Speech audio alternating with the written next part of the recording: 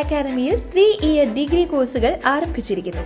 Medical lab technology, operation theatre technology, cardiac care technology, dialysis technology, hospital sterilisation CSSD, radiology technology, optometry technology കൂടാതെ hospital management MBA കോഴ്സുകളും ആരംഭിക്കുന്നു.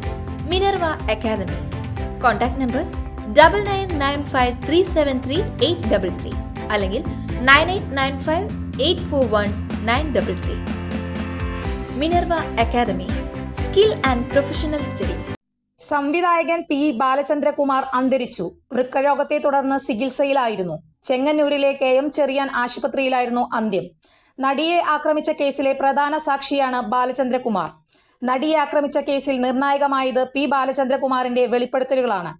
വൃക്കരോഗം രൂക്ഷമായ സാഹചര്യത്തിൽ ബാലചന്ദ്രകുമാറിന്റെ കുടുംബം വൃക്കമാറ്റിവെക്കൽ ശസ്ത്രക്രിയയ്ക്ക് സാമ്പത്തിക സഹായം തേടിയിരുന്നു.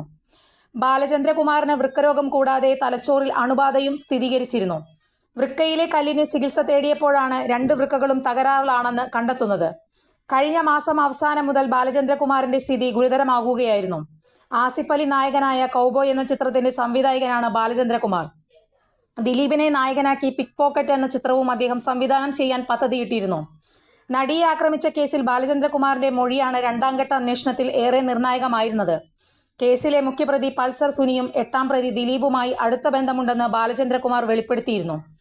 നടിയെ ആക്രമിച്ച ദൃശ്യങ്ങൾ ഒരു VIP വഴി ദിലീപിന്റെ കയ്യിലെത്തിയെന്നും കേസിലെ അന്വേഷണ ഉദ്യോഗസ്ഥരെ അപായപ്പെടുത്താൻ ദിലീപ് നീക്കം നടത്തിയെന്നും ബാലചന്ദ്രകുമാർ ആരോപിച്ചിരുന്നു. ദിലീപുമായി ബന്ധപ്പെട്ട ചില ഓഡിയോകൾ ബാലചന്ദ്രകുമാർ പുറത്തുവിട്ടത് കോളിളക്കം സൃഷ്ടിച്ചിരുന്നു. ഇതിന് പിന്നാലെ കേസിൽ ബാലചന്ദ്രകുമാറിന്റെ രഹസ്യമൊഴി രേഖപ്പെടുത്തി. 51 പേജുള്ള രഹസ്യമൊഴിയാണ് ദിലീപിനെതിരെ ഇദ്ദേഹം നൽകിയിരിക്കുന്നത്. ദിലീപിനെ കൂടാതെ നടിയെ ആക്രമിച്ച കേസിൽ നടി കാവ്യ മാധവനെയും സംശയമുന്നിൽ നിർത്തുന്നതായിരുന്നു ബാലചന്ദ്രകുമാറിന്റെ ആരോപണങ്ങൾ. കൂടുതൽ വാർത്തകൾക്ക് ഞങ്ങളുടെ ചാനൽ സബ്സ്ക്രൈബ് ചെയ്യുക. ഫേസ്ബുക്ക് ഫോളോ അപ്പ് ചെയ്യുക. വാർത്തകൾ വേഗത്തിലറിയാൻ Anytime News.